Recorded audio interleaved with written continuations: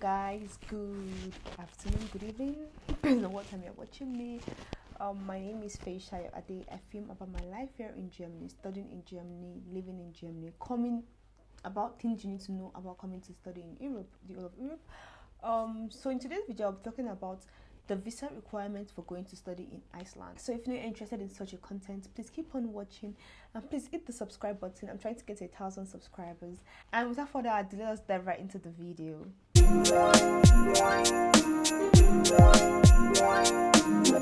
Okay guys, so let me state, if you're actually from an European country, you would not need what's it called, a visa. I'm sure you know that already. But then if you're coming from other countries which are not European countries, you definitely need a visa to go study in Iceland.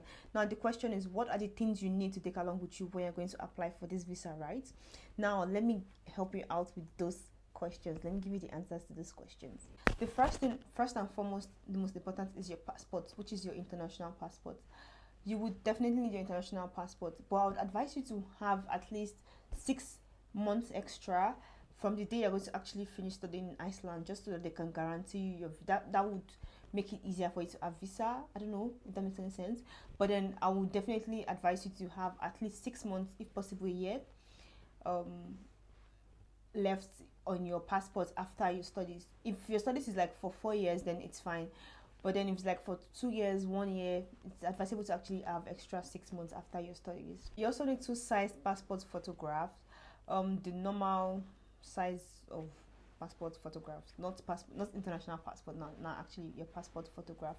You need a 2 size, the normal size for passport photographs. You need a proof of payment for your visa fee, which is about 6,000 ISK. I can't pronounce their currency, but in dollars that's actually $50. In euros that would be about 45 euros. I'll put the conversion rate on that here. I'll put it somewhere here right now on the screen. That should be about 45 euros, but in dollars that's $50. So you must have paid visa fee before actually going for the visa appointment. You must have also completed your application form, which can be found on the website. I will leave the link in my description box below. You must also have a copy of a clear criminal record from your country, which means you might need to get a police report, just something to show that you're not a criminal, because they don't want no criminals in their country. Okay, just so that you are clean. I mean, in your country you don't have no issues, not like you're trying to run away from some issues back at home. Probably you have some criminal issues back at home they're running away from. Okay, so that would be like police record. Just you have to get it from either your police station or probably the court or something like that, just to show. It depends on where your country is going to who in your country is actually going to issue those certificates. So you just have to try to get it. You must have a proof of health insurance, which will cover at least 2 million ISK, which is the Iceland currency, and then that will be about 16,000 US dollars for health insurance. So you must have the proof of that as you are going. But then this payment is not at once, definitely. The most important thing actually now that I'm about to mention is the proof of your admission letter. So you must have a proof that yes, I've actually been admitted into school, because this is obviously a student visa. So they must say that yes, this person has actually been admitted into a school, she's sound and good enough for our schools. So you must have your proof that yes, you've actually applied and you've been granted admission into a university in Iceland. Now another thing that's very important is the proof of your financial means through your bank statement. I think this is very nice, because compared to Norway and Germany, for Germany, you need to block an amount of like 10,000 euros or so into a blocked account, whereby you can't access it immediately you get to Germany. You have to go through some things, and then you get paid every month for 12 months, which is also nice, because even if you have a job, at least you know you are living off something for a year. And for Norway, it's more like paying the money into an account with your school before you get to Norway, and then when you get to Norway, the school, once you open your account, the school will transfer the money into your account for you. That one is different, because you can easily access all of your funds at once. But for Iceland, you don't need any of these things. Just show them a proof of your bank statements showing that yes, throughout my living I can actually fund for myself while I am actually in school. Another that is important is if your document is not in English or in Nordic language, you will need to submit a Nordic translation. Okay, they need to be submitted with a Nordic translation, just so that the person that the school that is going through your not the school, sorry, this is the visa time, the person that is actually going through your what's it called, your documents at the embassy can actually understand, because they might not be able to speak the language that you guys speak back at home. Once you arrive in Iceland, you will need to change the documents you have to a resident permit, which could be done at the immigration office.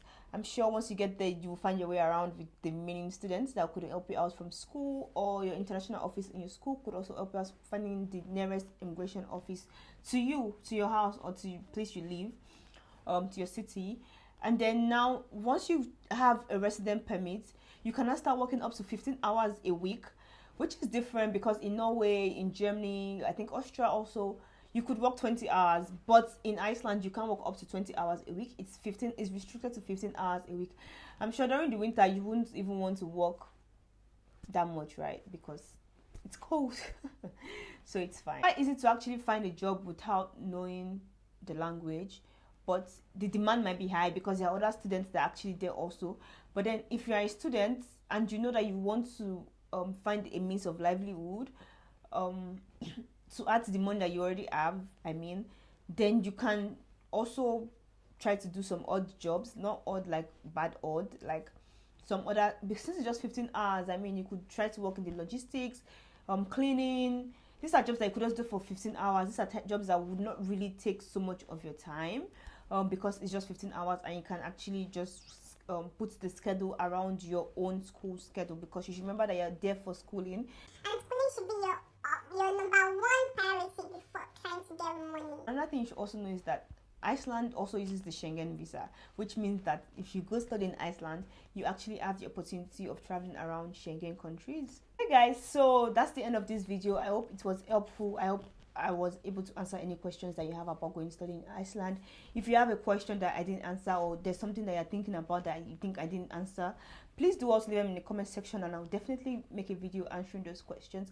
Or if it's not something I should make a video about, I'll definitely reply your comments.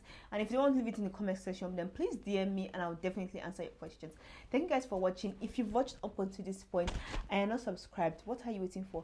Please do also hit the subscribe button and join the family, and also hit the notification bell so that every time I release a video you'll be notified. Okay, and this is Vlogmas, so I think I'm doing every day, so I think I'm uploading every day for 25 days.